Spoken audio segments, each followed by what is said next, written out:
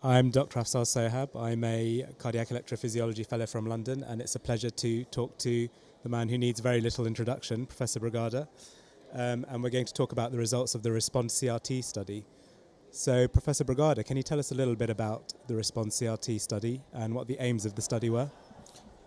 The RESPOND CRT study was a study that was meant to respond to the answer on whether an hemodynamic contractility sensor would be able to automatically program the device in a way that the patient will respond better than using the usual ways of programming, which is using the majority of patients an echo optimizing strategy.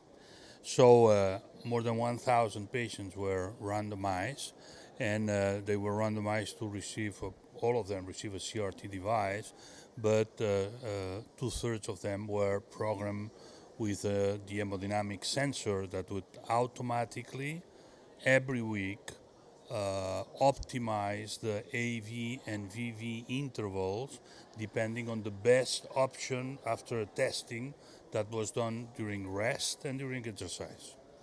So the aim or the primary objective were to demonstrate that this way of doing was non-inferior to a strategy using repeat echo optimization therapy. Now, the study showed that the primary endpoint, which was lack of hospitalization for heart failure or death, and improvement in New York Heart Association or quality of life, was attained in 75% of patients that were randomized to the sonar or to the automatic algorithm, and versus 70% of those that were optimized using repeated echo. And this was non-inferior. Very interestingly, we are now analyzing the 2-year result. This was a 12-month result. A 2-year result, the results are similar, so there is still non-inferiority, so the automatic optimization is at least as good as doing repeated echoes in this population. But what was observed was a 30% reduction in the rate of hospitalization due to heart failure in this population. So we are at least as good in primary endpoint, which is heart failure, death, or quality of life or New York Heart Association, but we are 30% better in terms of heart failure hospitalization when you do automatic optimization.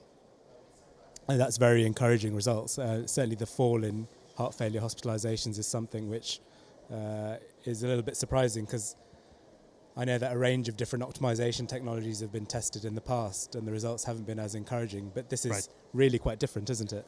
Right. The difference here is that all the algorithms that have been tested in the past are theoretical algorithms. Yeah.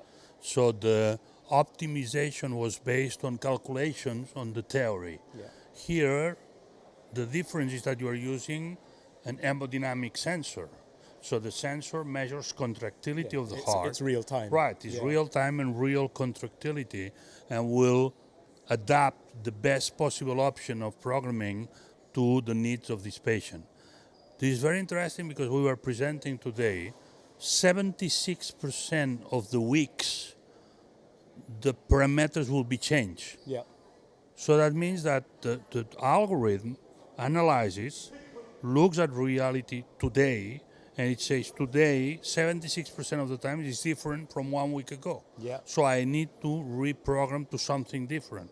So it's really updating it every week to do the best, because the patient is changing. There is a remodeling of the heart. There is different variables like the autonomic nervous system, etc., etc. Makes that the device is continuously putting the best programming marks for today, Yeah, absolutely. which might be different from last week. And so this is the main difference. The second difference is that, and it's very important, and I think it's the main characteristic of that, of the results, is that we are seeing that patients which are meant to be the less prone to respond, Yeah. which are the patients that have a history of atrial fibrillation, patients that have a renal failure, or patients that have a non-so-wide QRS complex, which a priori we know that these are the ones that it's very unlikely that they respond. So these are the kind of 120 to 150 millisecond Right, QRSs. absolutely. These patients, we have seen that the improvement with the automatic response parameter analysis and programming is much higher than in any other subgroup. So, which makes the conclusion that probably the patient that is the one that needs more careful fine-tuning, so the one that needs really that you take care of him continuously, is the one that will benefit from an automatic optimization. So, and probably this give us the clue to say if you have a patient that is not very likely that he will be a big responder, you need to be very, very careful with him. You need to do something which is adapting all the time, every week, adapting to a new programming to make sure that he's receiving every moment the best appropriate therapy. And probably this is the main issue. After 2 years of follow-up of all these patients, probably this is the main message that I see as a PI of the study. And a lot of people won't be very familiar with how the sensor works or where it sits in the lead. Can you tell us a little bit about more about that? Yeah, this is a sensor that is embedded in the atrial lead, and is a sonar. Yeah. So it just listens to the heart and transforms the sound of the heart to a parameter which is contractility. Yeah. And there is a very good relationship, a straight relationship between the sound of the heart and the contractility. So we know that the higher the sound, the higher the contractility, and this is exactly what the sonar does. You know, I mean, it's not simply, it's like a sonar, you know, the one that is used for the shipping and for the sailing, you know. And with this sonar, you get this information on how the heart is contracting, and you can immediately transport it to the force that the heart is doing and how strong the heart is beating. And it's a slightly bigger lead than a 9 French lead, is it? Or how big is it? Right, it is an atrial lead, a slightly bigger lead, but the safety parameters that have been shown both acute phase, the first 30 days, and after 1 year, they are extremely good. So there is no safety issues for the lead, no different from any other lead, and the implantation rate is very high and very successful, and the dislocation or rupture are really very, very exceptional. Non-inferiority studies sometimes get people a little bit less excited than superiority studies. Right. Is there a reason why you didn't choose out-of-the-box settings as your control arm? No, at that time, the idea was, okay, we say that the standard is to do echo, but nobody's doing it. Yeah. Nobody's doing it because it's time-consuming, money-consuming. Maybe you do it once and you don't repeat it anymore, or you do it once a year because the people doesn't have the time to do that. So probably something that will be not inferior to that and will be as the higher standard of what we have now would be non-inferior, would be enough. In fact, this was a requirement of FDA. FDA asked us to compare it with echo. You know, okay. And so at that time we set up. What was real pity because we are very close to superiority. Yes, yeah. Very, very close. So we have this 5 points difference, which is a lot of difference from 70% responders in the echo group to 75% in the sonar group. We are almost superior. Yeah. We are missing probably 2 or 3 events, but okay, the results are what they are, and but this is not superior. We cannot blame superiority because it is not there, or not to claim superiority because it's not there, but we have a very good result. And what is very important for us is the reduction in the hospitalization rate for heart failure, and also the very good results on the subgroup of patients less prone to respond, which I think this is really something very relevant for the clinician, because I mean, a patient that will respond because he's a female with non-ischemic cardiomyopathy and a left bundle rise block of 170, we know that the probability to respond is very, very high, more than 90%, okay? But if you have a patient that you say, okay, you're still having a left bundle branch block, not so wide, is having some atrial fibrillation, is having some renal dysfunction. You say, okay, this patient, I might have a 40% percentage of responses, and with the sonar you can go up to 65 to 70%. So it's really important for this very demanding population. Yeah, absolutely. And I imagine one of the issues is that CRT is so good at treatment for heart failure. If you want to demonstrate any additional benefit on top of that, you need really very large studies, don't you? So I think for any other refinements, we are going to be looking at things, secondary endpoint or surrogate endpoints like heart failure, hospitalization, aren't we?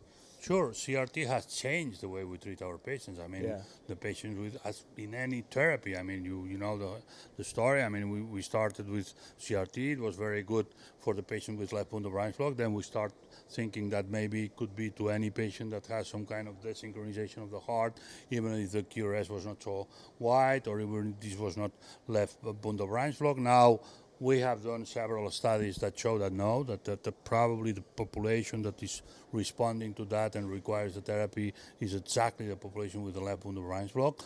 And so now we have fixed that in this population we are talking about 70 to 75% success rate. We still need to understand why we are missing this 25-30%, and now we understand that even those that are very low responders, we can improve the response if we fine-tune the programming automatically and continuously. And probably this is what the sonar is offering. So do you have some insight as to what a good AV delay is from the sonar data? Because some studies in the past have said something slightly shorter is better, some have said something what we have seen is there an average AV delay? Over time you prolong it. Because now the system does it automatically and chooses the best one at every moment. And now we are seeing that overall, for the overall group, is slightly prolonging over time, probably because you are improving the hemodynamics of the heart and you don't need to set the short PR interval. So you can extend it a little bit, and it moves from 120 to 140. Which is sensed. More or less, okay? Remember that I explained you before that 76% of the patients, 76% of the weeks, the parameter will be changed. So it's not that you have a fixed AV delay and you set it there and no. If you do it automatically, the machine will adapt every week and it will be changed in 76% of the patients, which is tremendous because it means that every week the system is adapting and adapting and adapting and things are changing. So this is probably one of the learnings that we are having now. We were thinking before, okay, you look for the best one, you program and leave it, and that will be done. Probably this is true for the very good responders, but it's not true for the ones that really need to be fine-tuned. And it does it once a week, does it? It is done once a week at rest and during exercise. And is there a rate adaptive function as well for the AV delay? Absolutely. Absolutely. That's why it measures it at rest and during exercise. And do the patients notice anything while the actual process is going on? Absolutely not. Nothing. Nothing is done automatically. It looks for different range of AB and VV delays, and then it measures with the contractility sensor. It looks at the best one, and then it sets up there. And what's the next step for Sonar? Are there any future studies planned to try and understand this a little bit more, or any other bigger studies? Now we have. I mean, I don't think it would be bigger study than the one it was done because it's 1,000 patients. It's very difficult to repeat such a study. It is true that now we are presenting now the 2-year follow-up result, which is the end of the study. I mean, the primary endpoint was at 12 months, but the study was going on until 24 months for terms of safety and efficacy. Now we are understanding all the hospitalization issues. We are trying to understand, and this is very important also, we start having some information saying that the patients with the sonar do have much less re-hospitalizations than the patient without the sonar technology. So probably you are not only improving or the primary endpoint, but also you are having a much less burden of heart failure during follow-up because the patients who are 2 or 3 or 4 hospitalization are dramatically reduced when you use the sonar compared to the echo optimization. Excellent. So exciting times. Absolutely. Okay. It's a pleasure to talk to you, Professor Brugada. Thank you very much. That's a pleasure.